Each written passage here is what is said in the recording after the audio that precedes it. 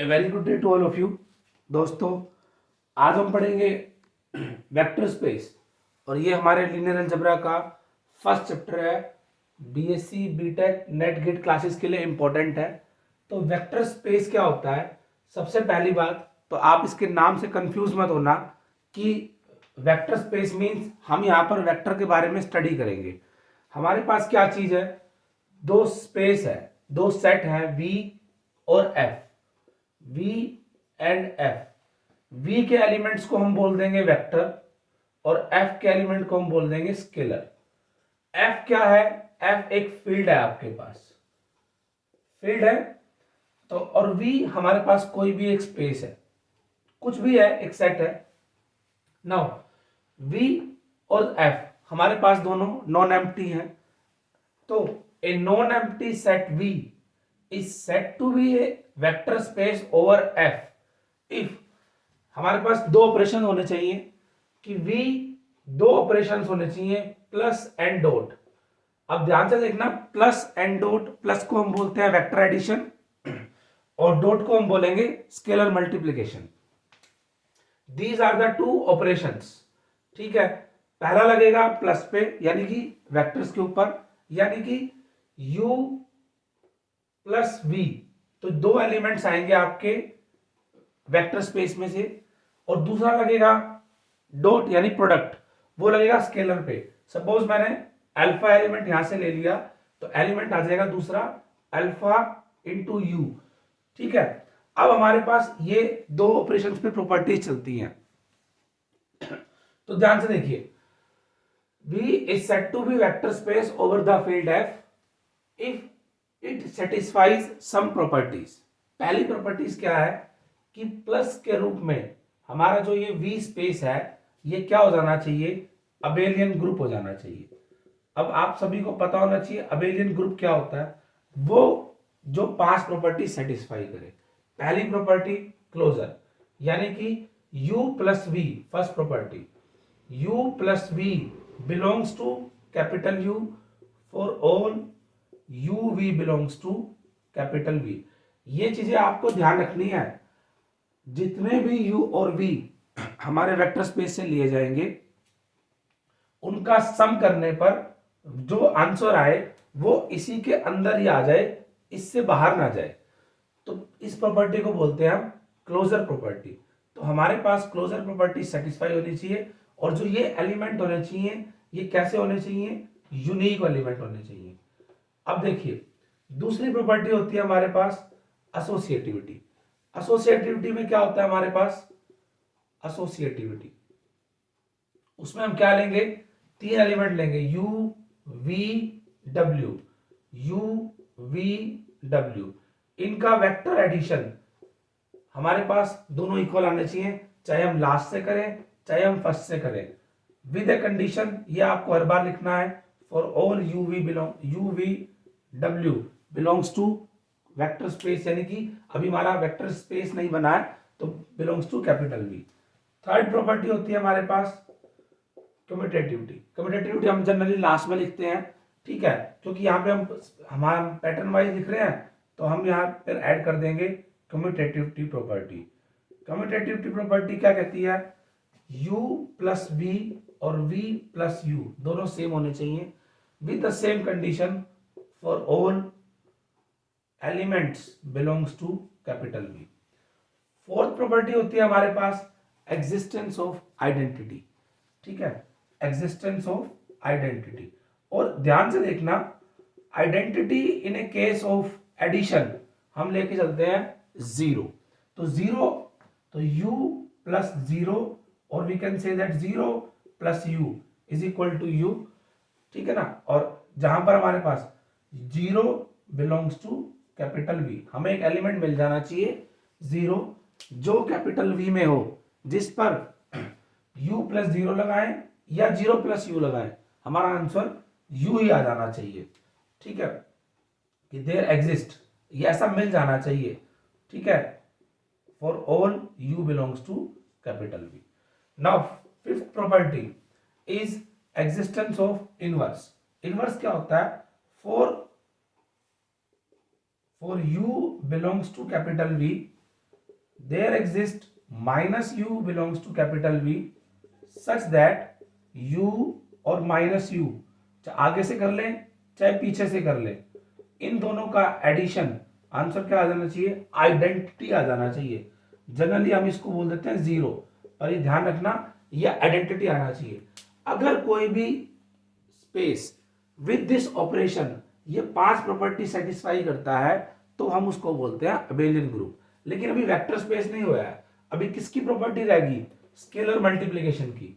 अभी तो हमने क्या करा है, वेक्टर एडिशन करा है, अब क्या करेंगे, स्केलर मल्टीप्लिकेशन करेंगे। तो अब हमारे पास यहां से प्रॉपर्टीज आएंगी स्केलर मल्टीप्लिकेशन की। पहली प्रॉपर्टी क्या होती है, वही स्केलर कि क्या, अगर हम अल्फा यहां से लें और यू यहां से लें तो now properties of vector addition, now properties of scalar multiplication. तो नाउ माय सिक्स प्रॉपर्टीज, अगर मैंने अल्फा एफ में से लिया है और alpha belongs to f, u belongs to capital V, तो alpha into u belongs to capital V, इसमें चला जाना चाहिए। यानी कि एक एलिमेंट बाहर से आएगा, एक एलिमेंट अंदर का होगा, इन दोनों की मल्टीप्लाई इसी के अंदर आ जाए तो ये हो जाएगा closure with respect to scalar multiplications. Is it clear. Next हमारे पास प्रॉपर्टी आती है डिस्ट्रीब्यूटिव। डिस्ट्रीब्यूटेड, एक बार तो स्केलर को हम वेक्टर्स के ऊपर करेंगे, दूसरी बार हम वेक्टर्स को स्केलर्स के ऊपर करेंगे, तो ये प्रॉपर्टीज होती है हमारे पास। Now comes the next property, property number 7। तो देखिए कैसे करेंगे हम वहां पर। नेक्स्ट प्रॉपर्टी में alpha u plus v, now scalar is distributed over vector, तो क्या बन जाएगा ये, alpha u plus alpha v। यहां लिख देंगे for alpha belongs to f and u v belongs to capital V। तो जो अल्फा है जो डिस्ट्रीब्यूट हो गया u, alpha into U plus alpha into V. अब आप कहोगे सर ये सिंपल सी मल्टीप्लीकेशन है, yes it is a simple multiplication, पर यहां पर ये स्केलर है, ये हमारा वेक्टर एलिमेंट है। वेक्टर, हम यहां पर वेक्टर से कंफ्यूज ना होए, वेक्टर कुछ नहीं है, जस्ट एक एलिमेंट है। Now next property is your eighth property, now it is distributed over, आप उल्टा कर देंगे एट्थ प्रॉपर्टी। नेक्स्ट क्या बन जाएगी हमारे पास, alpha plus beta into u, क्या बन जाएगा, alpha u plus beta u for alpha beta belongs to f and you belongs to capital V. Now it is distributed over, अब देखिए ये वेक्टर किस पे डिस्ट्रीब्यूट हो गया, स्केलर के ऊपर। अब हमारे पास क्या बच गई, identity. Now in a scalar multiplication identity element क्या होता है, 1। तो नेक्स्ट प्रॉपर्टी आपके पास that is property number 9। Now this is, हमारे पास क्या होना चाहिए, स्केलर मल्टीप्लिकेशंस में भी एसोसिएटिविटी आती है, तो एसोसिएटिविटी इन स्केलर मल्टीप्लिकेशन कैसे लिखेंगे, alpha beta you, alpha beta you, चाहे तो आप इसको मल्टीप्लाई करके इससे कर दीजिए, चाहे आप बीटा यू मल्टीप्लाई करके इससे कर दीजिए, आपका आंसर क्या आना चाहिए, सेम आना चाहिए। Associativity with respect to scalar multiplications. तो जहां पर अब आपको ये लाइन दोबारा लिखनी पड़ेगी, और alpha beta belongs to capital F and you belongs to capital V. अब देखिए हमारे पास एक प्रॉपर्टी और बच गई, दैट इज प्रॉपर्टी कौन सी हमारे पास, last property, that is 10th property is, कहां पर लिखें, यहां लिख देते हैं, समझ आ जाएगी। Last property that is identity of scalar multiplication.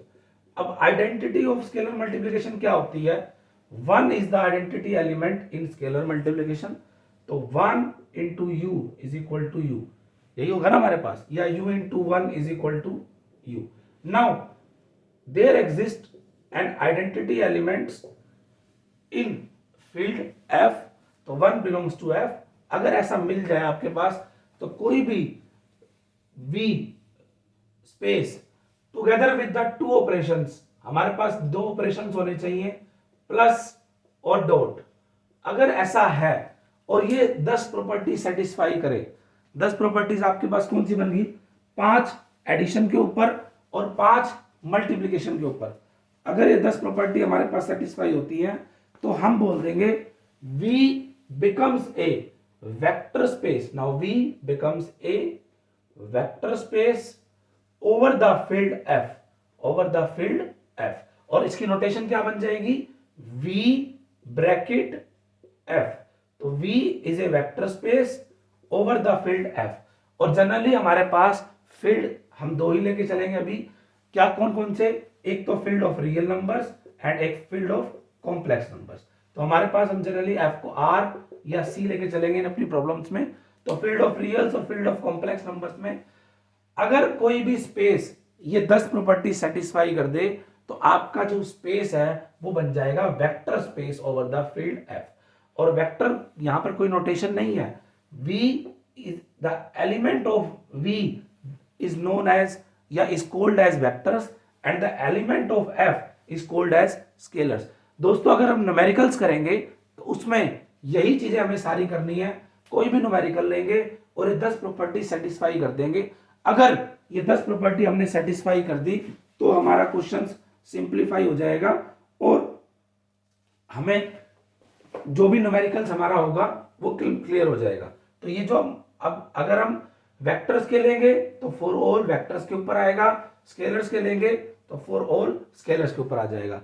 अगर दोस्तों आपको ये लेक्चर समझ में आया हो तो आप इसको लाइक करो, सब्सक्राइब करो, शेयर करो। Thanks for all of you watching this video.